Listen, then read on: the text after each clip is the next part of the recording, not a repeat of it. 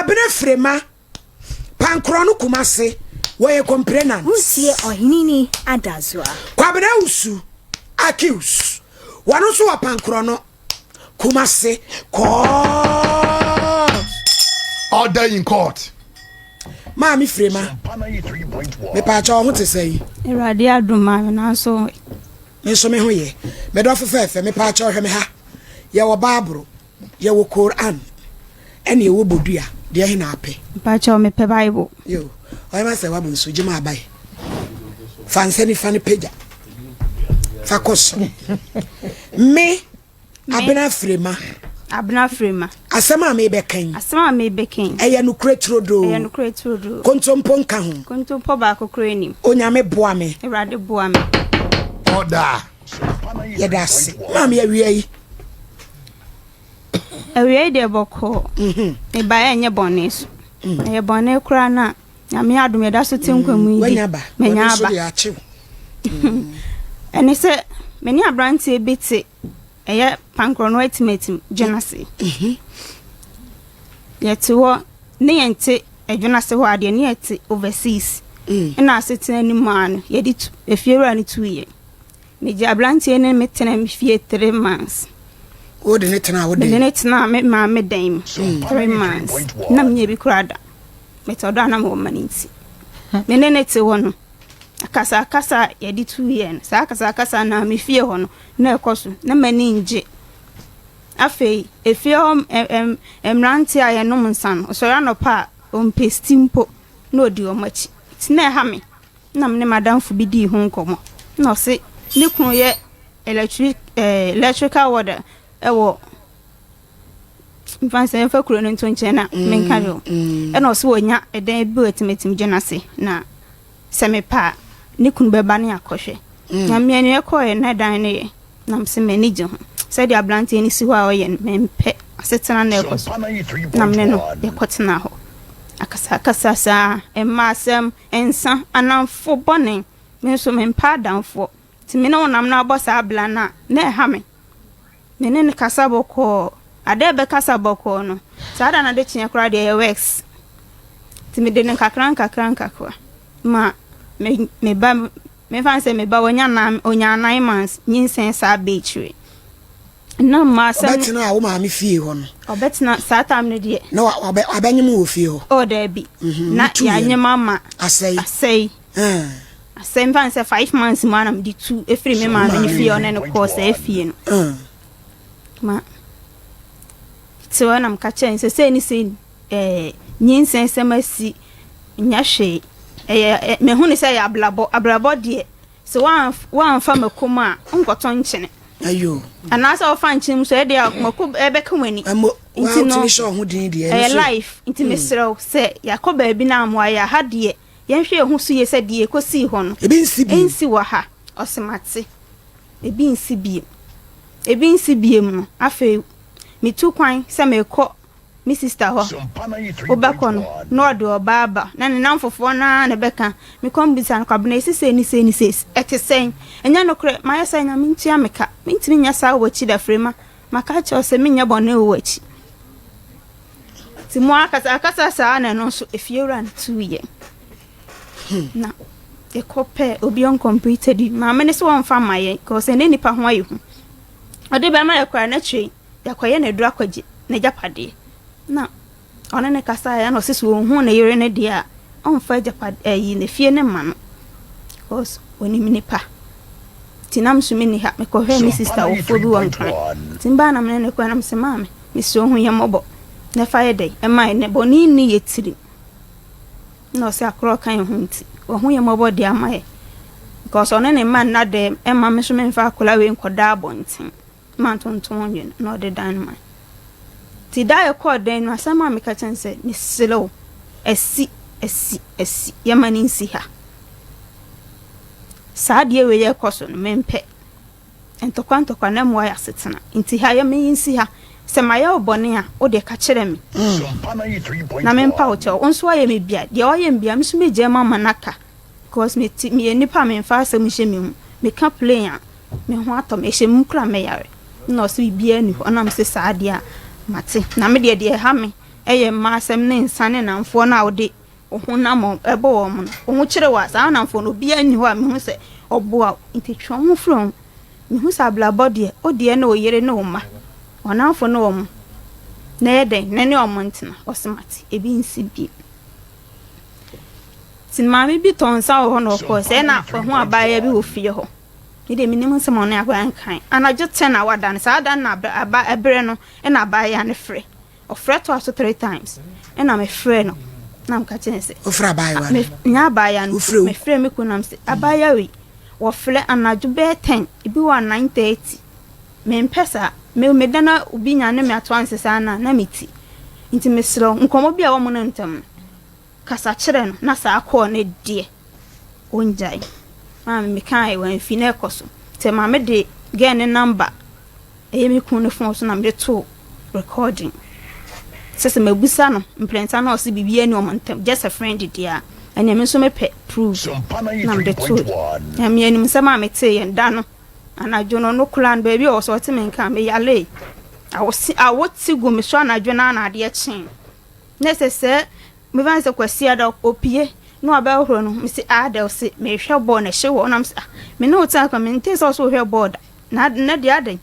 se anu onim de oni abaya na hye o mokoko amti akra no abahoro no ho se hye akwa abahoro me no aduane ma no na me ka se me ni fufuo so ndo obedi na me ye aduane ma ti na nwumre na mkobo recording no kote sa asem na de na recording no so ensam de maame bebre ti the first one na me boy no bebre no ne pese ehunu bebre ko first one na me boy no me boy na ye oba no voice no se de e no ka che be ma ne se waye de wa ba fi na ombe hie nti wo ba obe frɛ no na amkate no second one e ye be ma no nso ska se onu so odware nti odware wi a be hia nti actually de na dosho but me yi mu bi ti actually de a me sa boy no e no se wa mama boka obi a ya pie se ye kwaji ani o de yenkofie wa ma de mpese menya no menya ma me ho antome e no se yan fa nhye next time unim se me ye de me yiri ho e wo fi mintimi ne ontena bonten saa ti o se me kofie na me kohwe wo monso tinya me ani masema no am te ye no ne se okọ ba ye na oba ohoro no ho na onim de okoye ye ansa oba ba ohoro no aso se ade kroma nya anye odui be ma na ne so ma anye na so ye ya nko be kanu omo ye sa odui ba ko so omo ye omo ye odidi ene hu me mame se be ma na ya hye obe kire no bi nkan te so oni nipa na ye na me be da agno so nti odi kan asem ni wi enti oye no na me say ade a oye di eye me ya oye ni oye di e chen sei oye di e chen sei so oye ade ama na eye me ya no se enya de enya hwe am se enya hwe de me de baby bia ma me sa se mu edie so oni akra ne ntama ntete a me nti ase ma because so ko na aba na obe patch Abena jimifo me se enya hwe jama ne nka ko na obe patch we ka ho a fourth time ni we die me ma ne nto aso bi ne ne me ne ne agiridi ya konto kwa pa nto kwa ni mu no mpani fo be kan na am se enya hwe enya ma ne nka because me pe ma ade nti enya manenka na yensina but still na dia okoso no ma nsesa me kwaka no oboro me enemlem misimi ntimi bi be 3 days ni because Friday no start here ti be 3 days no kwa adwuma na mse omma akra isika na minisika si kwasi ampani jimi forte so ntimi nhwe oba nka sola wujimi ofia so wanya ho ntina sola wujimi na mse se ntimi efie de be mu obi da moto na motimu no be pa chan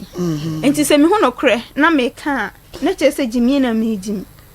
se mitimi ahwe me ba nti no me se samne man ko me fie na me nkɔ hwe me ho na me ba akra na me de no kwa me fa hye ntimi se won hwe ne da nti me fa me ba na me fa na mse fie ho so de me nkɔ nti no pen ye di a ya masede ma me fi se o be fam na misua adwuma me ka che se me be ma setena me ntena bie me pese misua ma adwuma pon me ho na me ho se me nyansa na adwuma ansa na me ne be ma atena na o se me nso wo hwe na abeboa me me so won hwa ba bia wo de me abeduru ni wa se madwuma Ebeneza wona me awo won so a me hu hwe papa bi meti we wo kom ne mama teaspoon me just can free ho me na woten me si e boa ye ho o boa me na me so me boa nti fia de me ma wonto obeta de na ye aduane aye di ne semena asa me ma wonto ade wo fi ni nyina achi kra no me hu savings papa bi a wo ye nti no me ntimi nto asetan na o se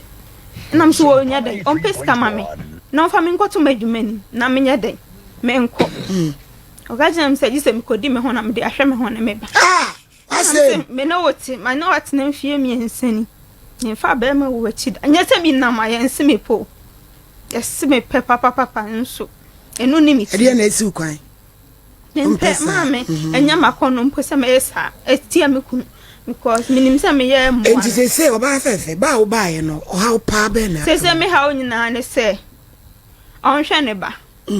no fa me nkoto adwuma baby ohun wo fa wo baby o fa me no fa me nkoto yo nkoto fa me nkoto adwuma oso oni 10 pesos squad ma me pa baby a me pa bia me fa no nkomede ne kwa oba be yi na no yo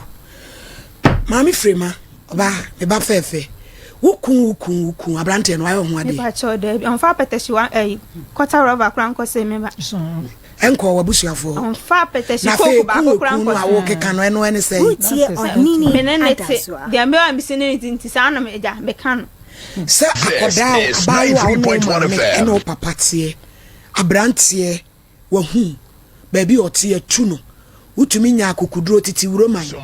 agye ne de ne kotena wo dem bosome miensa emre oba ho no onom nsa oye niema basabasa opia okwa awoma mepaache o ma Fremah yale bi wo so se bi asabi wutwa ekuratu yale bi wo so enu ntu be kase bi ana bema we amenya ni mi yade e wo misuntu okwa awoma bi wo yale bi ba cho mi ni yare bia edi enti na ma wunya asa de ne se nipa no ba wo maame no afie kwa wanfele ni suba afu nyina woda na di kire wo batutumi pren ye san se wo ne menyam edi adea edi enti na ye sa no edi oya de maame ene so mani oya dai na to pam odin me pacho enya numpo na de en eno so ka ho samu de ka ho de Allah wallahi Utie ohini yeah me pay me pawasem wo kan no kore hey Fremah ami be shira wate what is me ya ne maame na to pam odin yeah na usu adiomi wase me po abaso seriously Allah wallahi shelebe tu shelepa man Fremah edi na oyama we so wani oba fefe wotu wani ma de twice wo hema mi hia no na me ne me sofo ma me sofo na me kan se oboa me kwan bi so me kosua adwuma no na ahokire me fanse na me ndem me ho me ma me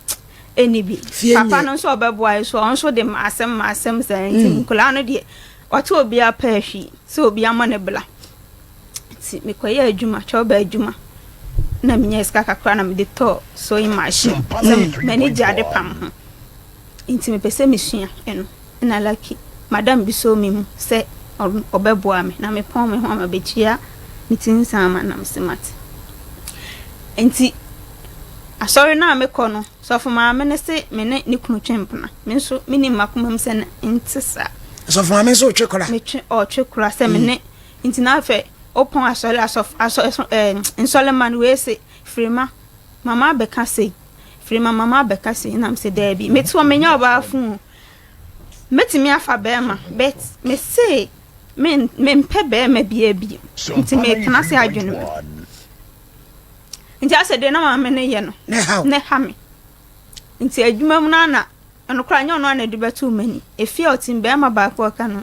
asem okran no aho awosin gu me na wi boss na wode me obeka so pro obeka o anke odi na down for ba no ogina me nchen na down for na eka la na mka cha na down for ne se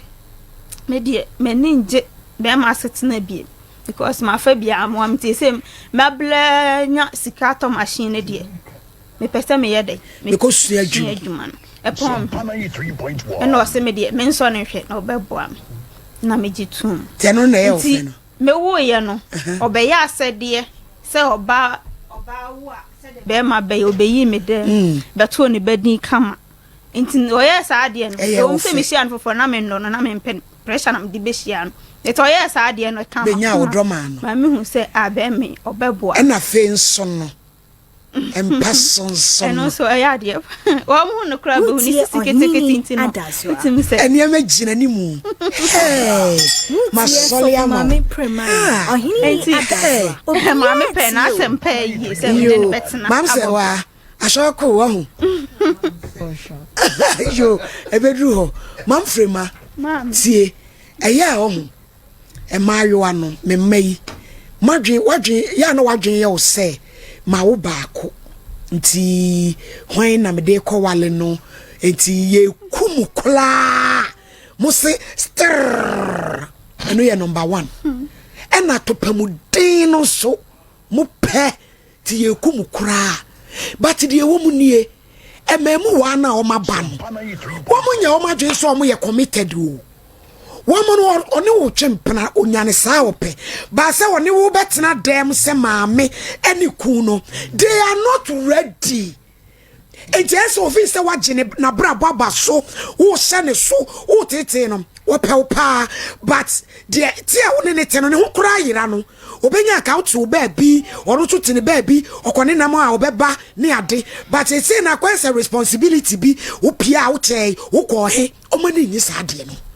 IBJ yana frɛ agya usuma ye epa chew mam se wa